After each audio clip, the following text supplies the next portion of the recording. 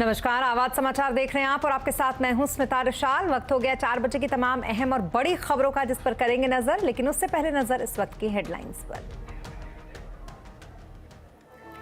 प्रधानमंत्री मोदी की मां हीराबा का 100 साल की उम्र में अहमदाबाद के अस्पताल में निधन। गांधीनगर में हुआ अंतिम संस्कार। मां को पीएम मोदी ने दी मुखाग्नि। राहुल, ममता समेत दिग्गजों ने दी श्रद्धांजलि। क्रिकेटर ऋषभ पंत सड़क हादसे में घायल। दिल्ली से रुड़की जाते वक्त डिवाइडर से टकराने के बाद कार में लगी आग। सिर में 2 टाके लगे, लेकिन खतरे से हैं बाहर। कैंसर से हार गए फुटबॉल के किंग पेले। 82 साल में ली आखिरी सांस। 3 बार विश्व कप जीतने वाले इकलौते महान player, athlete of the century भी रहे। दुनिया भर के नेताओं और फैंस ने दी श्रद्धांजलि।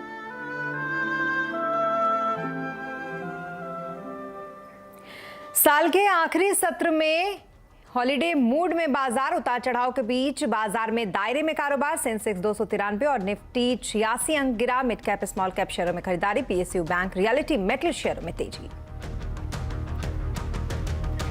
एक्टर तुनिशा मौत मामले में गिरफ्तार शेजान की पुलिस रिमांड 1 दिन के लिए और बढ़ी। शेजान के परिवार से भी हो सकती है पूछताछ। प्रधानमंत्री मोदी ने पश्चिम बंगाल को दी 7800 करोड़ रुपए की योजनाओं की सौगात। वंदे भारत एक्सप्रेस को दिखाई हरी झंडी। कोलकाता में राष्ट्रीय गंगा परिषद की बैठक में वीडियो कॉन्फ्रेंस से जुड़े।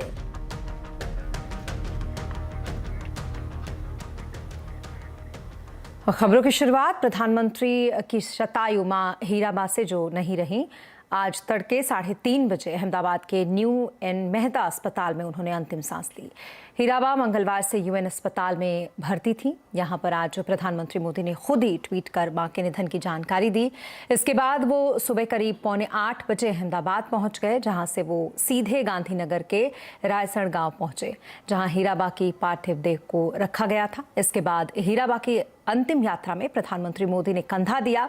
हीराबा के अंतिम सफर में भी मोदी शव वाहन में उनकी पार्थिव देह के साथ ही बैठे रहे। हीराबा की अंतिम विधियां भी प्रधानमंत्री मोदी ने ही की और उन्हें मुखाग्नि दी। प्रधानमंत्री मोदी ने खुद ट्वीट करके अपनी मां की मौत की जानकारी दी। उन्होंने लिखा, शानदार शताब्दी का ईश्वर चरणों में विराम। मां में मैंने हमेशा उस त्रिमूर्ति की अनुभूति की है, जिसमें एक तपस्वी की यात्रा, निष्काम कर्मयोगी का प्रतीक और मूल्यों के प्रति प्रतिबद्ध जीवन समाहित रहा है।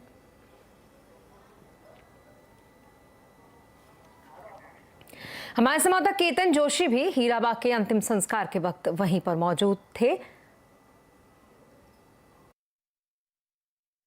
प्रधानमंत्री नरेंद्र मोदी की माता हीराबा आखिरकार पंचमहाभूत में विलीन हो गई।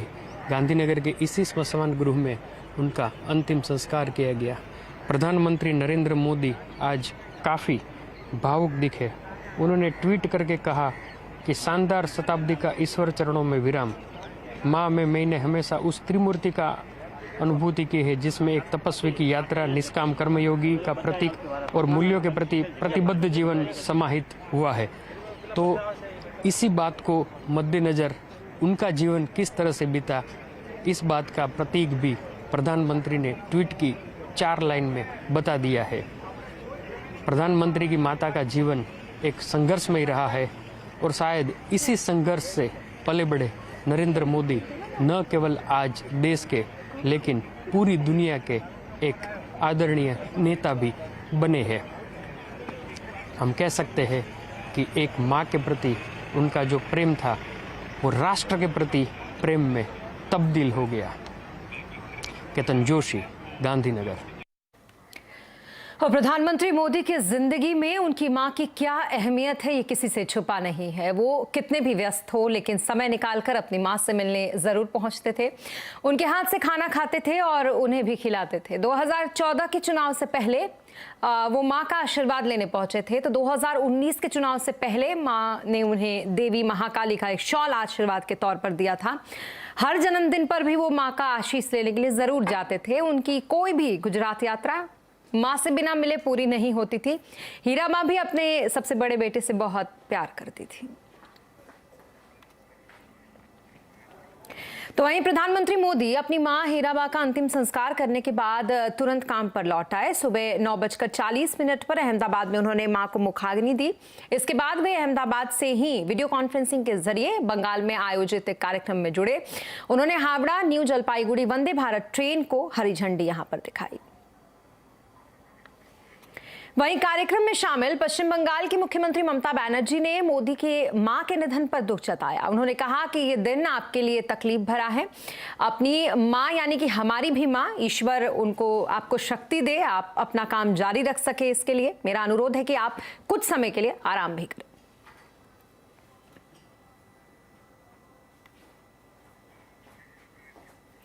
तो वहीं पीएम मोदी की मां के निधन पर तमाम नेता अपना शोक जता रहे हैं। राष्ट्रपति द्रौपदी मुर्मू ने शोक व्यक्त करते हुए ट्वीट किया है। प्रधानमंत्री श्री नरेंद्र मोदी की मां हीराबा की 100 वर्षों का संघर्षपूर्ण जीवन भारतीय आदर्शों का प्रतीक है। श्री मोदी ने मातृ देवो भव की भावना और हीराबा के मूल्यों को अपने जीवन में ढाला है। मैं पर पुण्य आत्मा की शांति के लिए प्रार्थना करती हूं। परिवार के प्रति मेरी संवेदनाएं। कांग्रेस नेता राहुल गांधी ने भी ट्वीट कर कहा है कि प्रधानमंत्री मोदी जी की माता श्रीमती हीराबा के निधन का समाचार अत्यंत दुखद है। इस मुश्किल समय में मैं उन्हें और उनके परिजनों को इस गहरी संवेदना और प्यार व्यक्त करता हूं।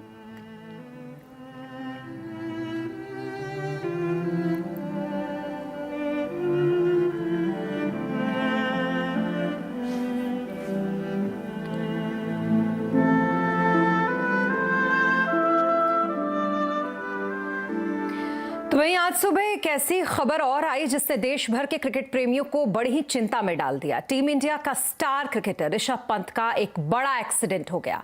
आज सुबह रुड़की के करीब ऋषभ पंत की मर्सिडीज कार डिवाइडर से जा टकराई, जिसके बाद वो पलट गई और उसमें आग लग गई। जिस वक्त यह हादसा हुआ उस वक्त कार की स्पीड 150 किलोमीटर प्रति घंटा थी। लेकिन अच्छी बात यह रही कि पंत एक्सीडेंट के बाद जल्दी कार से खिड़की तोड़कर खुद बाहर आ गए। हालांकि इस दौरान उनके सिर, पीठ और पैर पर गंभीर चोटें आई हैं, लेकिन डॉक्टरों के मुताबिक वो खतरे से फिलहाल बाहर हैं। उन्हें इलाज के लिए रुड़की से देहरादून ले जाया गया है। वहां मैक्स हॉस्पिटल में उनका इलाज इस वक्त चल रहा है। अगर जरूरत पड़ी तो उन्हें दिल्ली के लिए एयरलिफ्ट भी किया जा सकता है।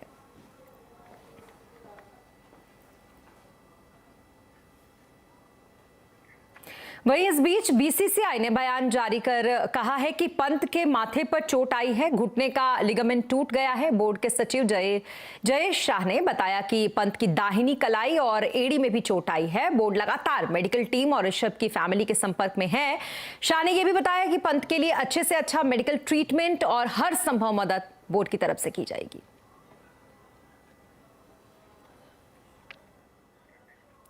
हमारे सहयोगी विनेश पवार जुड़ रहे हैं इस खबर पे ज्यादा जानकारी के लिए। विनेश, क्या अपडेट मिल रहा है आपको? कैसी है स्थिति फिलहाल पंत की? देखिए, अभी तो उनकी जो स्थिति है वो हालात उनके स्थिर है, लेकिन जो उनके टेस्ट है जो टेस्ट बाकी हैं अभी वो कराए जा रहे हैं, क्योंकि उनके सिर में चोट लगी थी, पैर पर चोट लगी थी और उनकी पीठ पर भी चोट लगी है। लेकिन कोई ऐसी गंभीर स्थिति दिखाई नहीं दे रही है। लेकिन उसके बाद भी जो डॉक्टर, जो चिकित्सक है, उनका साफ तौर पर यही कहना है कि कुछ जाँचें अभी बाकी हैं, जाँच की जा रही हैं, कहीं ऐसा ना हो कि उनको कोई गंभीर चोटें भी हों। मैं इस वक्त जो मौजूद हूँ घटनास्थल से मात्र 700 मीटर की दूरी पर ये रिपोर्टिंग चौकी गुरुकुल नारसण है, जो मंगलौर थाने में पड़ती है, और यहीं से तकरीबन 700 मीटर की दूरी पर ये जो हाईवे है, NH-58 हाईवे है, इसी पर तकरीबन 700 मीटर की दूरी पर ये हादसा हुआ था, जब ऋषभ पंत जो है अपनी गाड़ी से जा रहे थे और डिवाइडर से पहले कार टकराई और कार टकराने के बाद दूसरी साइड में चली गई और जाने के बाद कार में आग लग गई। तकरीबन जब दुर्घटना हुई, दुर्घटना होने के 200 मीटर दूर तक कार दूसरी रॉन्ग रोड पर चली गई और तब उसके बाद उसमें आग लगी। आग लगने के बाद ऋषभ पंत को बाहर निकाला गया। जो स्थानीय लोग थे, 3 युवक थे जो शुगर मिल जा रहे थे, उन्होंने उनकी मदद की। मदद करने के बाद इसी चौकी को पुलिस को सूचना दी गई। यहीं से पुलिस वहां मौके पर पहुंची, स्वास्थ्य विभाग की सेवाएं भी पहुंची, जिसके बाद ऋषभ पंत को एक निजी चिकित्सालय में भर्ती कराया गया, प्राथमिक उनको उपचार दिया गया। उसके बाद उनको हायर सेंटर देहरादून रेफर कर दिया गया। मेरे साथ मौजूद हैं यहाँ के युवा क्रिकेटर, जिनको इस बात की जानकारी लगी तो ये भी यहाँ पहुंचे थे, बैट अपनी किट लिए हुए हैं। क्या कहेंगे बेटा, आज ऋषभ पंत को आपके यहाँ पर एक्सीडेंट हुआ है? वो सुनकर बहुत बुरा लगा, ऐसा कि मतलब पहले तो विश्वास नहीं हो रहा था कि मतलब लग गया। मेरे एक फ्रेंड ने फ़ोन करके बताया कि सुबह यहाँ हुआ था करके, मुझे पता नहीं चला। फिर मैं देखने आया कि इधर क्या हुआ था करके, फिर यही हुआ था। हाँ, तो निश्चित तौर पर जो उनके फैन हैं उनके लिए खुशी की बात यह है कि अभी उनकी हालत स्थिर है, हालत ठीक है, और क्रिकेट टीम और उनके जो प्रशंसक हैं उनके लिए भी खुशी की बात है कि अब उनकी हालत स्थिर है। कोई गंभीर बात नहीं अभी तक सामने आई है। जो चिकित्सक हैं वो हालांकि टेस्ट करने की बात जरूर कर रहे हैं, अभी उनके और भी टेस्ट हैं वो चल रहे हैं। उनकी माता वहाँ पहुँच चुकी है, उनके रिश्तेदार जो अन्य दोस्त है वो भी वहाँ अस्पताल में मौके पर मौजूद है। और यहाँ यही चौकी है वो जिस चौकी पर जो उनकी जो कार थी, क्षतिग्रस्त कार है, उसको यहाँ लाया गया और उसके बाद वो कार यहीं खड़ी कर दी गई है और अभी इसी चौकी पर वो कार मौजूद है। जो कार की हालात है उसको आप देख करके अनुमान लगा सकते हैं कि किस तरह से भयंकर हादसा हुआ होगा। हालांकि तस्वीरें सीसीटीवी फुटेज भी अब सामने आ चुके हैं, उसमें दिखाई दे रहा है कि कार बेहद तेज गति से चल रही थी, जिसके बाद डिवाइडर से कार टकराई। आप देख सकते हैं सामने तस्वीरों में वो कार है जिसको यहाँ पर जो ये रिपोर्टिंग चौकी है यहाँ की गुरुकुल नारसन यहाँ पर लाया गया है। मंगलौर थाने की ये चौकी है। यहाँ से महज 700 मीटर की दूरी पर ही ये सड़क हादसा हुआ था जब ऋषभ पंत दिल्ली से रुड़की जा रहे थे। रुड़की जाते समय गुरुकुल नारसन ये एक छोटा कस्बा पड़ता है, यही रिपोर्टिंग चौकी से मात्र 700 मीटर की दूरी पर चलने के बाद हादसा हुआ और तब ये डिवाइडर से ये कार टकराई और टकराने के बाद दूसरी रोड की तरफ जा गिरी, तभी इसमें आग लगी। वहीं 3 युवक जो गुजर रहे थे, जो शुगर मिल पर जॉब करते हैं, वो वहां से जा रहे थे। उन्होंने ही ऋषभ पंत की मदद करने के बाद पुलिस को सूचना दी गई, स्वास्थ्य विभाग को भी सूचना दी गई। देख सकते हैं तस्वीरों में किस तरह से क्षतिग्रस्त कार पूरी तरह जल चुकी है, जो इसके रिम है वे भी टूट चुके हैं और अंदर से भी अगर तस्वीरें देखेंगे तो उससे भी अनुमान लगा सकते हैं कितना भयंकर यह हादसा रहा होगा। जी, बहुत शुक्रिया तमाम डिटेल्स के लिए विनेश आपका। और वाकई इस कार को देखकर समझ आ रहा है कि बाल बाल बचे हैं आज ऋषभ पंत। बहुत शुक्रिया तमाम डिटेल्स के लिए आपका विनेश। और अब बात एक्टर तुनिशा आत्महत्या मामले की, जिसमें आज तुनिशा के बॉयफ्रेंड रहे शेजान खान की वसई कोर्ट में पेशी हुई। कोर्ट ने शेजान को एक दिन की पुलिस कस्टडी में भेज दिया है। कल फिर शेजान की पेशी होगी। इस बीच तुनिशा की मां ने शेजान पर गंभीर आरोप लगाए हैं। तुनिशा की मां ने कहा है कि शेजान तुनिशा को धर्म बदलने के लिए फोर्स करता था। यही नहीं, तुनिशा की मां ने यह भी कहा है कि शेजान की बहन उसे दरगाह तक लेकर जाती थी। दूसरी तरफ पुलिस को तुनिशा के मोबाइल फोन से शेजान की बहन और मां के चैट्स और कॉल्स भी मिले हैं। इसके आधार पर अब पुलिस शेजान के परिवार से भी पूछताछ कर सकती है।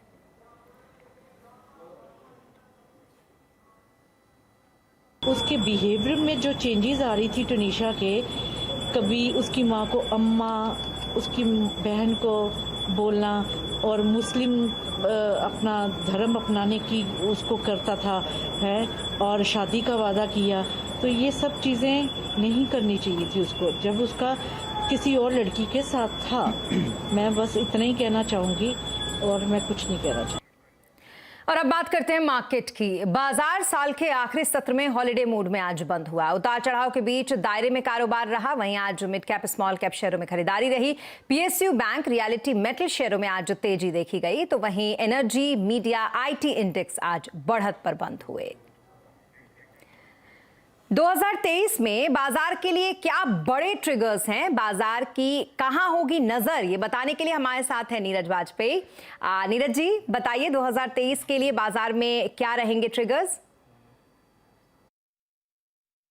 देखिए, 2023 में कई सारी घटनाएं देश और विदेश में होंगी जो मार्केट को इम्पैक्ट करेंगी। उसमें सबसे बड़ी जो घटना या हो रही है, कंटिन्यूएशन में है, वो ब्याज दर है। ब्याज दर लगातार दुनिया के सारे सेंट्रल बैंक्स बढ़ा रहे हैं और उसकी वजह से कॉस्ट ऑफ फंड ऊपर जा रहा है। ये एक ऐसी चीज़ है जो सस्टेन्ड बेसिस पे चल रही है। चाइना में भी रीओपनिंग हो रही है और वो भी सिस्टम में बहुत पैसा झोंक रहे हैं, तो जो इन्फ्लेशनरी होगा, तो इसलिए ये उम्मीद करना कि 2023 में कहाँ पे पाइवट होगा और वो कितनी देर तक सस्टेन करेगा, ये सबसे बड़ा फैक्टर होगा दुनिया भर के बाजारों के लिए। दूसरा इंपॉर्टेंट फैक्टर जो इंडिया के संदर्भ में है, यहाँ पे एक बजट आने वाला है और इस बजट की खास बात इस बार ये होगी कि ये 2024 के चुनाव से पहले आखिरी फुल बजट होगा। इसके बाद जो होगा वो इंटरिम बजट होगा। तो इसमें हो सकता है कि बहुत सारे ऐसे पॉपुलिस्ट अनाउंसमेंट किए जाएं जो लोगों के लिए हो, इलेक्शन के मद्देनज़र हों, लेकिन साथ ही साथ जो बड़े FIIs हैं या इन्वेस्टर्स हैं वो इंडिया की बैलेंस शीट जरूर देखना चाहेंगे, जहाँ पे कैड लाइफ हाई पे चल रहा है और बहुत सारे जो अनाउंसमेंट किए जाएंगे उसको कैसे एडजस्ट किया जाएगा। तीसरी चीज़ है कि 2023 में ही 9 राज्यों के इलेक्शन है, अगर जम्मू कश्मीर में हो गया तो 10 हो जाएंगे और इसके साथ ही वहीं से शुरुआत हो जाएगी 2024 के लिए। तो इलेक्शन के ईयर में मार्केट बहुत सेंसिटिव हो जाता है क्योंकि 10 राज्यों में बीजेपी का स्टेक ज़्यादा है। इनको बहुत सारे स्टेट अपने बचाने हैं और बहुत सारे स्टेट जीतने हैं, जैसे इनको छत्तीसगढ़ जीतना है, इनको राजस्थान जीतना है, तो ये भी एक बहुत मार्केट सेंसिटिव होगा। चौथी चीज़ है यूएस में रिसेशन आएगा कि नहीं आएगा, होगा कि नहीं होगा, ये एक असमंजस की स्थिति बनी हुई है। आ गया तो शायद भारत के लिए एक बहुत अच्छी भी खबर हो सकती है, लेकिन एक बुरी खबर यह भी हो सकती है कि इस बार डेट का लेवल बहुत ज़्यादा है पूरी दुनिया में, तो उसको कैसे एडजस्ट करेंगे और फिर उसका भारत पे क्या असर पड़ेगा, ये इंपॉर्टेंट होगा। पांचवा फैक्टर है जियोपॉलिटिक्स। जियोपॉलिटिक्स में 2 घटनाएं हो रही हैं। एक तो युद्ध चल ही रहा है रूस और यूक्रेन के बीच में, वहाँ पता नहीं कब क्या हो जाए। कल ही उन्होंने एक बहुत बड़ी मिसाइल से हमला किया जो अब तक का सबसे बड़ा हमला माना जा रहा है कीव पे। और दूसरा जो है ताइवान और चाइना के बीच में लगातार टेंशन बनी हुई है। अभी 21 दिसंबर के आसपास एक चाइनीज एयरफोर्स का फाइटर प्लेन यूएस के बेड़े से मात्र 6 फुट के ऊपर से निकल के गया है। इस तरीके का टेंशन ताइवान के आसपास बना हुआ है। तो ये भी एक इवेंट है, इसको ये कहा नहीं जा सकता कि कब क्या होगा। किसी दिन सुबह उठ के हम देखें तो अचानक से कोई चीज़ हो सकती है। तो ये ऐसे इवेंट है जहाँ पे ध्यान रखना चाहिए। लेकिन जो मुझे लगता है सबसे इंपॉर्टेंट है कि अगर आपका रेट ऑफ इंटरेस्ट नीचे नहीं आता है और वो सस्टेन करता है तो 10% के ब्याज दर पे इंडियन इकोनॉमी 7% पे ग्रो करे, बहुत ही मुश्किल है। बहुत शुक्रिया तमाम डिटेल्स के लिए आपका नीरज जी। और 2022 में कैसा रहा शेयर बाजार का सफर और 2023 में किन शेयरों में मिलेगा जबरदस्त रिटर्न, साथ ही दिग्गजों के पिक्स आज आवाज अड्डा में देखिए। 2023 के बम्पर कमाई वाले शेयर शाम 7:57 पर।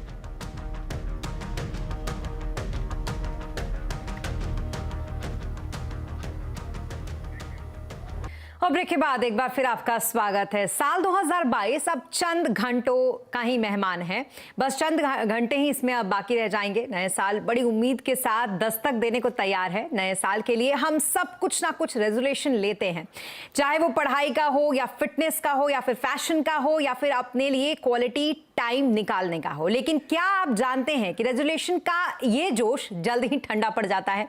बहुत कम रेजोल्यूशन ही लोग पूरा कर पाते हैं। हमारे साथ सुमित जुड़ रहे हैं। सुमित, बताइए क्या है टॉप रेजोल्यूशंस और कितने लोग इसे पूरा कर पाते हैं? देखिए, एक आंकड़े तो मैं पढ़ता ही रहता हूं, तो उन्हीं आंकड़ों में एक आंकड़ा मुझे ये भी मिल गया कि हर साल आमतौर पे कौन कौन सी प्रतिज्ञाएं जो हैं वो ली जाती है, यानी कि रिजोल्यूशंस जो है वो लिए जाते हैं। ये सबसे कॉमन रिजोल्यूशन है जो आमतौर पे हर आदमी ले ही लेता है। तो एक एक करके वो तमाम रिजोल्यूशंस आपकी स्क्रीन पर आएंगे जो हर साल आज के दिन या इस पूरे हफ्ते में हम आमतौर पे लेते हैं। तो सबसे पहली चीज़ जो सबको लगता है कि उन्हें लेनी चाहिए वो है हेल्थ। तो कसरत करेंगे, ये सबसे पहला रिजोल्यूशन है जो कि हर आदमी लेता है, ये कॉमन रेजोल्यूशन है। उसके बाद आता है कि वजन घटाएंगे। पहला तो वर्कआउट करेंगे, दूसरा वजन घटाएंगे, दोनों इंटर रिलेटेड इसलिए एक साथ आपको दिखाई पड़ रहे हैं। तीसरा रेजोल्यूशन होता है कि हम अपनी रूटीन इंप्रूव करेंगे, अर्ली मॉर्निंग राइज करेंगे, जल्दी सो जाएंगे। उसके अलावा कोई नई हॉबी की शुरुआत करेंगे, ये चौथा रेजोल्यूशन है। या तो हम कोई नई स्किल सीखेंगे या कोई नया काम करेंगे, अपने हिसाब से ज़िंदगी जिएंगे और पूरी तरह से लाइफ फुल मज़े में जिएंगे। उसके अलावा सबसे इंपॉर्टेंट, बचत ज़्यादा करेंगे, खर्च कम करेंगे। ये एक बहुत कॉमन रेजोल्यूशन है जो कि आपको दिखाई पड़ेगा। ये टॉप 5 रेजोल्यूशन थे। 6th कि हम स्मोकिंग छोड़ देंगे, जो छोड़नी भी चाहिए, ज़रूरी भी है। इसके अलावा परिवार दोस्तों के साथ अपना समय बिताएंगे और बेहतर करेंगे इसको, और ज़्यादा ड्यूरेशन तक उनके साथ रहेंगे, थोड़ी खुशियाँ और बटोरेंगे। ये भी एक रेजोल्यूशन का हिस्सा है। कुछ लोग का रेजोल्यूशन है कि हम बहुत ही ज़्यादा घूमेंगे फिरेंगे, और कुछ लोग ये भी मानते हैं कि हम बहुत ज़्यादा पढ़ाई भी करेंगे। तो ये कुछ टॉप 10 रेजोल्यूशन आपने देखे हैं जो कि आम तौर पे लिए जाते हैं, जो ज़्यादा से ज़्यादा लोग लेने की कोशिश करते हैं या उनकी सूची में भी होगा। ये एक रेशियो आया है कि कितने पूरे होते हैं। इनमें से सिर्फ 8% पूरे होते हैं और 92% जो है वो पूरे नहीं होते हैं। तो ये वो रेजोल्यूशन है जो आमतौर पे लिए जाते हैं, और रेजोल्यूशन का ये सक्सेस रेशियो है जो सिर्फ और सिर्फ 8% है। नया साल दस्तक देने वाला है। अगर आपने अभी तक न्यू ईयर पार्टी की कोई प्लानिंग नहीं की है तो टेंशन की कोई बात नहीं है। आज कंज्यूमर अड्डा में इसी पर करेंगे चर्चा, कैसे लास्ट मिनट में करे कमाल शेफ संजीव कपूर के साथ शाम 5:57 पर। और इसी के साथ इस बुलेटिन में फिलहाल इतना ही, लेकिन खबरों पर लगातार अपडेट के लिए आप बने रहें CNBC आवाज के साथ।